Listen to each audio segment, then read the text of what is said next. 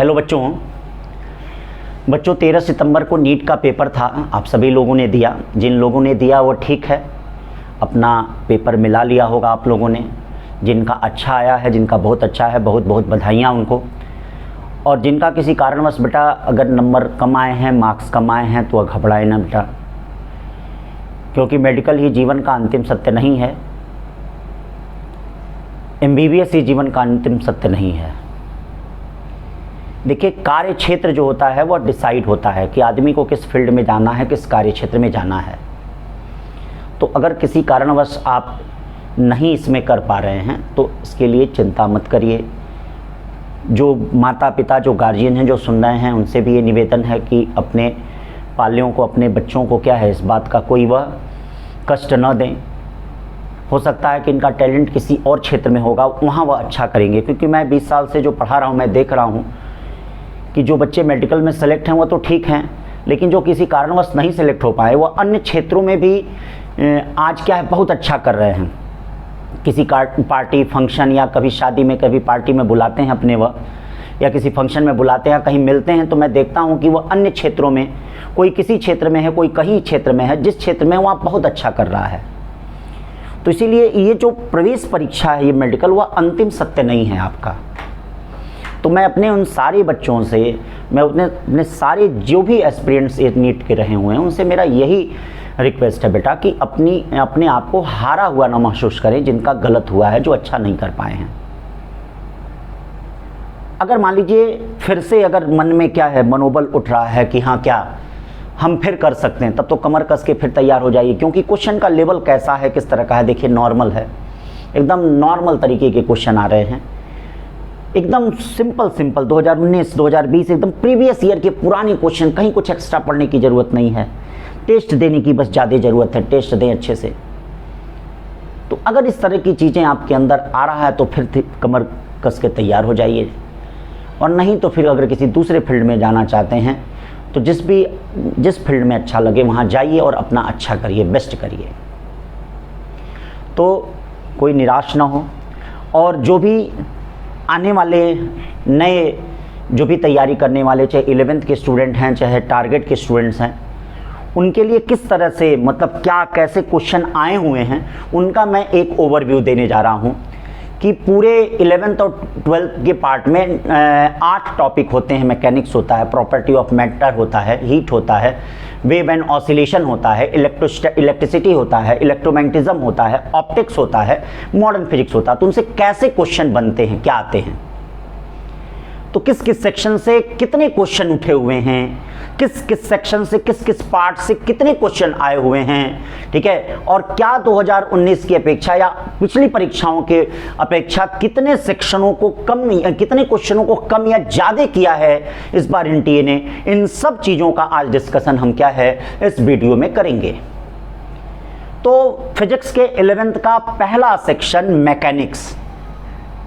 Mechanics हमारे पास चूंकि G3 code है, तो इस तरह से G3 कोड के आधार पे हम G3 पेपर का कोड है उसको करना है। स्क्रीन पे नीचे क्वेश्चन चलता जाएगा, उसको देखते रहिएगा। तो सबसे पहले मैकेनिक्स का डिस्कशन कर रहे हैं, जो 13 सितंबर 2020 को पेपर हुआ था। आप जानते हैं कि क्लास फर्स्ट ईयर के मैकेनिक्स में 8 चैप्टर होते हैं बेटा। Physical world, unit and measurement, motion in straight line, motion in plane, laws of motion, work energy, power and collision, system of particles and rotational motion and gravitation. ये 8 chapter mechanics के होते हैं class 11th में। 2019 तक हर साल mechanics से 10 से 12 question आते थे, 12 क्वेश्चन तक आते थे। मैकेनिक्स एक तरह से स्टूडेंट्स में एक हवा था कि बहुत कठिन होता है, लेकिन नहीं, इस बार बहुत ही सिंपल क्वेश्चन आए और क्वेश्चनों की संख्या भी घट गई। 12 से 13 क्वेश्चनों से 8 क्वेश्चन आ गए, मतलब 5 से 6 क्वेश्चन इस बार मैकेनिक्स में क्या हुए हैं, कम हुए। 5 से 6 क्वेश्चन, जो मैकेनिक्स का एक खौआ बना हुआ था। बच्चे कहते थे वो फालतू टाइप का क्वेश्चन पढ़ते थे। हम लोग बार बार कहते थे बेसिक चीजें पढ़ो, प्रीवियस ईयर को लगाओ, छोटी छोटी पढ़ो, एनसीईआरटी कोई नहीं पढ़ता था। अपने आप को पता नहीं क्या टीचरों के सामने प्रदर्शित करने के लिए फालतू टाइप का क्वेश्चन लगाते थे। एकदम बेसिक चीजें आई, ठीक है, वो बेसिक बातें आई और कुल मिला के 8 क्वेश्चन इस मैकेनिक्स से पूछे गए हैं। जिसमें से फिजिकल वर्ल्ड से तो कोई क्वेश्चन पहले भी नहीं बनता था, इस बार भी नहीं बना। ये यूनिट एंड मेजरमेंट से देखिए 3 क्वेश्चन बने हैं इस बार। देखिए कभी कभी होता है कि भैया चूहा भी शेर हो जाता है, तो इस बार यूनिट एंड मेजरमेंट 3 क्वेश्चन शेर हो गया। ठीक है, तो इसमें जो 10, 15 और 34 क्वेश्चन नंबर होगा G3 पेपर का कोड का, उसका मैं डिस्कस करूंगा 3 question. Motion in straight line से परंपरागत रूप से एक ही क्वेश्चन पूछा गया, क्वेश्चन नंबर 24 जिसमें होगा। मोशन इन प्लेन से कोई क्वेश्चन नहीं पूछा गया है, देखिए कोई क्वेश्चन। लॉज ऑफ मोशन से वही परंपरागत तरीका, एक क्वेश्चन, क्वेश्चन नंबर 3 पूछा गया।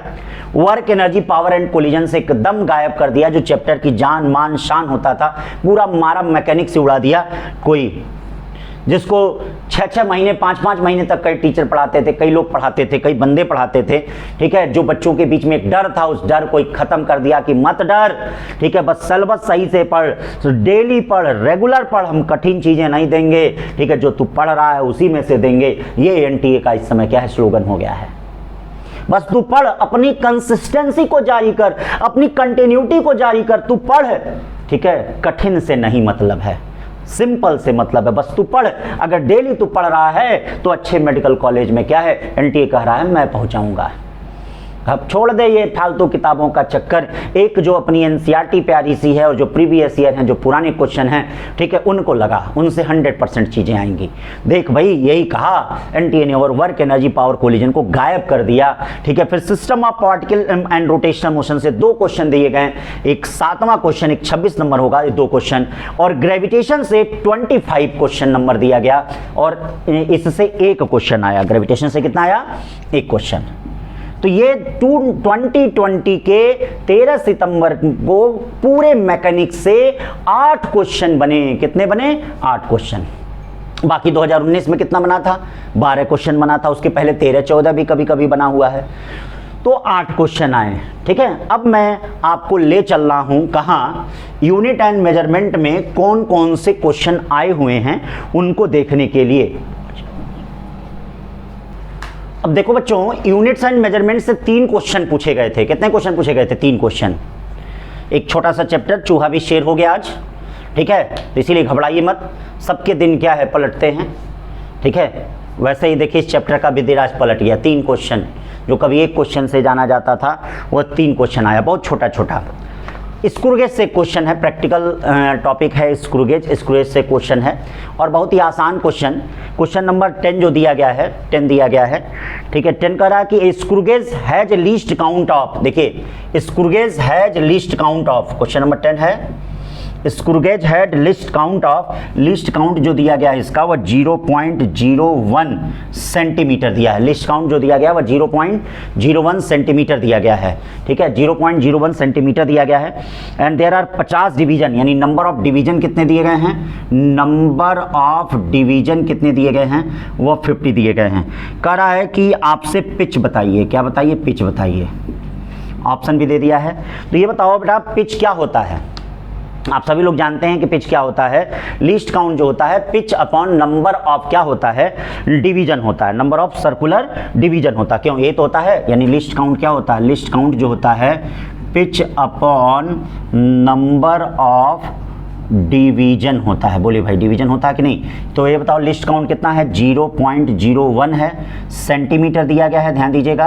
पिच आपको बताना है, पिच अपॉन कितना हो जाएगा, नंबर ऑफ डिवीजन 50 हो जाएगा। अब इनको आप मल्टीप्लाई कर लीजिए, ये देखें, इनको अगर आप मल्टीप्लाई कर लेते हैं तो जो पिच होगा वह ऑप्शन में मिलीमीटर दिया है, यानी पिच इक्वल टू जो होगा वह क्या हो जाएगा, pitch equal to 50 into 0.01 centimetre या 0.5 मिलीमीटर, ये हो जाएगा। तो जो क्वेश्चन गिवन है उसमें कौन सा ऑप्शन होगा, दूसरा ऑप्शन आपका क्या है, इसमें सही होगा। ठीक है भाई, सिंपल सा क्वेश्चन, इसी पे पहले भी आया हुआ, ये प्रीवियस ईयर में आपके दिया ही है। पुराने अगर प्रीवियस ईयर में खुद नीट में देखेंगे तो ये क्वेश्चन इस पे आपको मिल जाएगा। एक छोटा सा फार्मूला कि स्क्रू गेज का क्या लीस्ट काउंट क्या होता है, pitch upon number of division होता है, pitch upon number of division होता है, और ये 0.01 centimetre equal to pitch upon कितना हो गया 50, यहाँ से पिच कितना हो जाएगा, ये 0.5 मिलीमीटर हो जाएगा। ठीक है, अपने मेडिकल के सिलेक्शन को कंप्लीट करें, छोटी छोटी बातें को पढ़कर फिजिक्स के डर को भगाएं, फिजिक्स के डर को भगाएं। फिजिक्स बहुत कठिन नहीं है, बहुत सिंपल पूछी जाती है। ठीक है बेटा, तो ये आपका हो गया क्वेश्चन नंबर 10 हो गया, एक क्वेश्चन, पहला क्वेश्चन हो गया। अब इसी में चलते हैं दूसरा क्वेश्चन क्या पूछा गया है आपसे। ये देखिए दूसरा क्वेश्चन, क्वेश्चन नंबर 15 क्या कह रहा है, स्क्रीन पे क्वेश्चन नंबर 15 चल रहा होगा। देखिए, करा taking into account of a significant figure what is the value of, ठीक है, what is the value of, यानी what is the value of, value क्या कर रहा है, what is the value of कितना 9.99 माइनस कितना 0.0099, इसका आपको वो बताना है कि क्या आंसर होगा। ऑप्शन में दिया गया है 9.98 देख रहे होंगे आप, 9.980 और ये क्या है 9.9801, ठीक है भाई। ये आपके पास 4 ऑप्शन भी दिए गए हैं और कह रहा है कि क्या है, मतलब सिग्निफिकेंट फिगर में आपको बताना है। ये सिग्निफिकेंट फिगर जो एक छोटा सा पढ़ाया जाता है यूनिट एंड मेजरमेंट में, एनसीईआरटी में दिया भी गया है, उसमें से क्वेश्चन है बच्चों। ये क्या कर रहा है, आप देखिए सिंपल माइनस करना है, ये क्लास 2 का बच्चा पढ़ता है, सिंपल माइनस करना है। तो इसके लिए आप यहाँ पे 0 0 पढ़ेंगे, 10 में से 9 गया कितना बचा 1, यहाँ क्या बचा, यहाँ आपको फिर यहाँ से लिया, ये 10 में से 9 गया कितना बचा 1, और ये देखो 8 बचा, ये 9 बचा, ये 9 बचा। क्यों भाई, ये तो हुआ। अब देखो इसमें माइनस करने में, जैसे यहाँ पे तो आपने 0 0 मानने की कोई जरूरत नहीं है अभी, ठीक है ना, अभी कुछ नहीं करने की जरूरत है। सबसे पहली चीज ये बताओ, जब हम प्लस करते हैं या मतलब जो भी करते हैं, कि हमारा क्या होना चाहिए, ये इसमें डेसिमल के 2 प्लेस तक हमारा आंसर होना चाहिए, लिस्ट। तो ये देखिए लिस्ट जो है डेसिमल का 2 प्लेस है, यहाँ लिस्ट जो है डेसिमल का 4 प्लेस है, तो लिस्ट सबसे कम कौन है, डेसिमल के 2 प्लेस तक आंसर हमारा होना चाहिए कि नहीं। ये देखिए डेसिमल के 2 प्लेस तक आंसर होना चाहिए, तो ये देखिए डेसिमल के 2 प्लेस तक आंसर होना चाहिए, यानी क्या हो गया आपका 9 पॉइंट। बाकी राउंडिंग ऑफ करेंगे तो कोई फर्क नहीं पड़ेगा, क्योंकि 1 1 है, कोई फर्क पड़ने वाला नहीं है। तो अब बोलो हमारा आंसर कौन सा है, हमारा आंसर जो है वो पहला है। तो ये यूनिट्स एंड मेजरमेंट से क्या हो गया, ये क्वेश्चन नंबर 15 पूछा गया, ठीक है, जो इसमें दिया गया है दूसरा। फिर तीसरा क्वेश्चन इसमें कौन सा पूछा गया, क्वेश्चन नंबर 34, G3 कोड का मैं बता रहा हूं, G3 कोड का, ठीक है, G3 कोड का मैं बता रहा हूं। तो ये देखिए क्वेश्चन नंबर 34, क्वेश्चन नंबर 34 क्या है, ठीक है, ये तीसरा क्वेश्चन हमारा है, question number 34 unit and dimension से पूछा गया। बहुत ही आसान सा क्वेश्चन, यूनिट एंड डायमेंशन पूछा गया। आपसे कहा गया कि स्ट्रेस का डायमेंशन बताओ। अरे भाई स्ट्रेस का यंग मॉडुलस का, बल्क मॉडुलस का, मॉडुलस ऑफ रिजिडिटी का,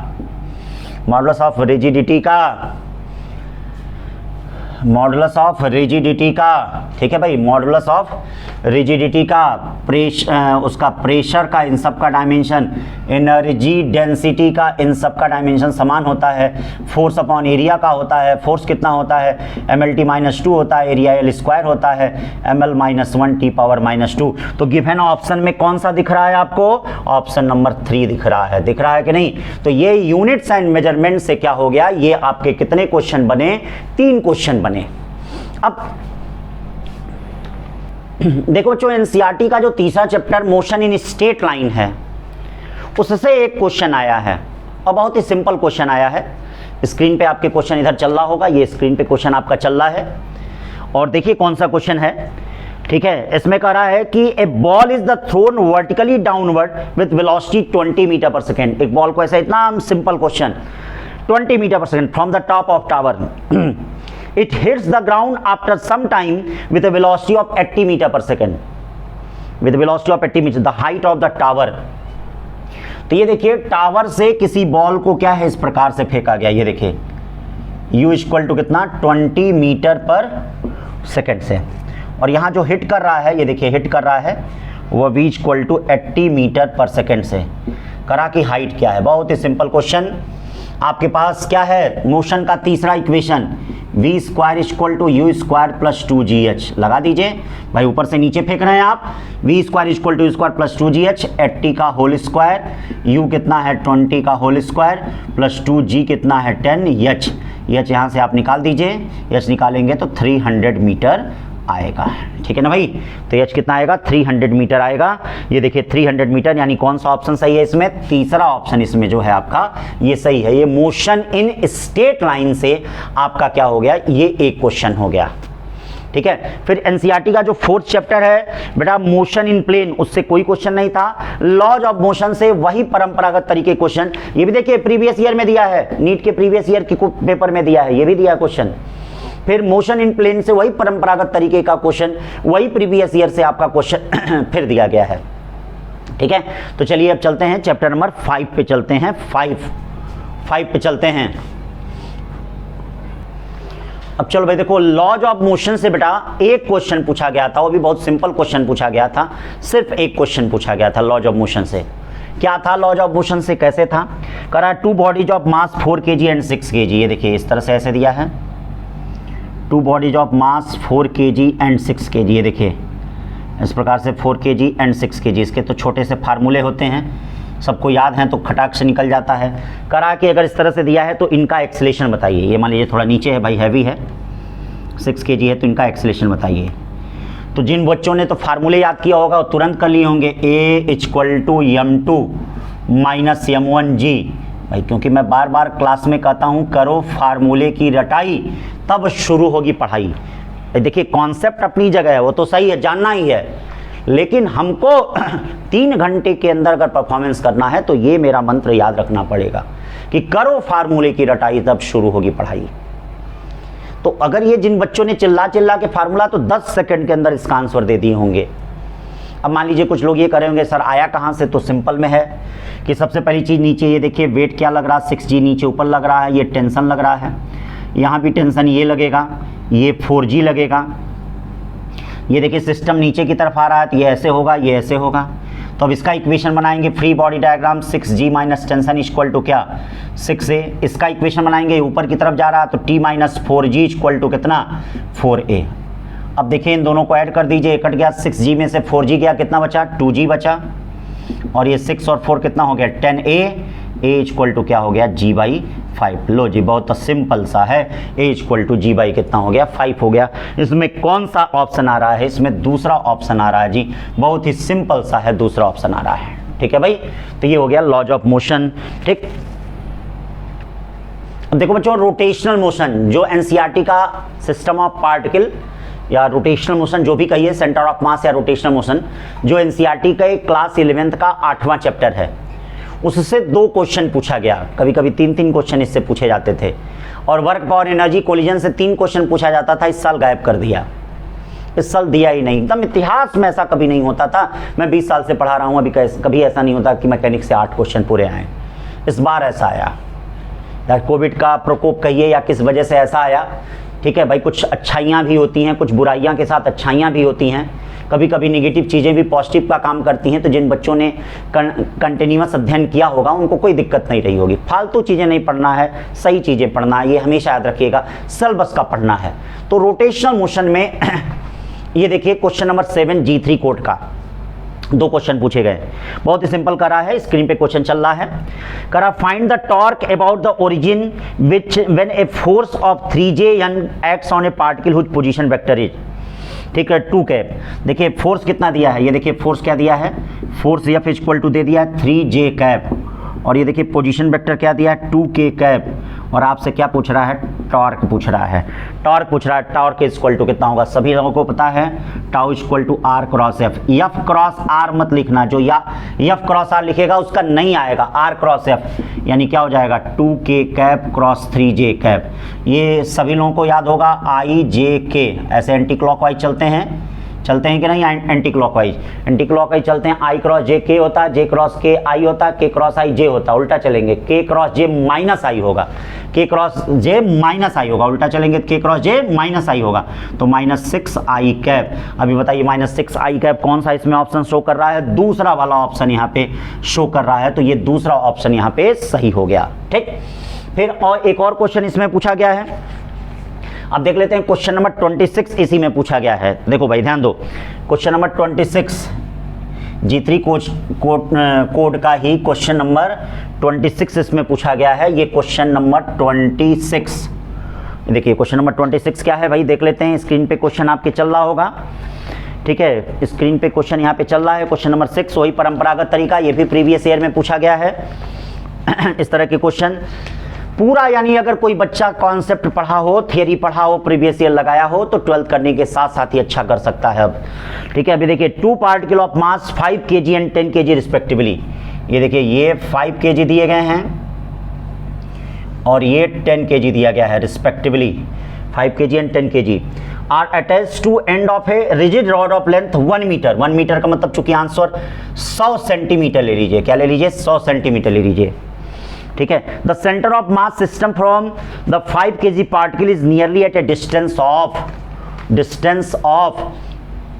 तो चलो भाई जरा देख लेते हैं सेंटर ऑफ मास क्या है।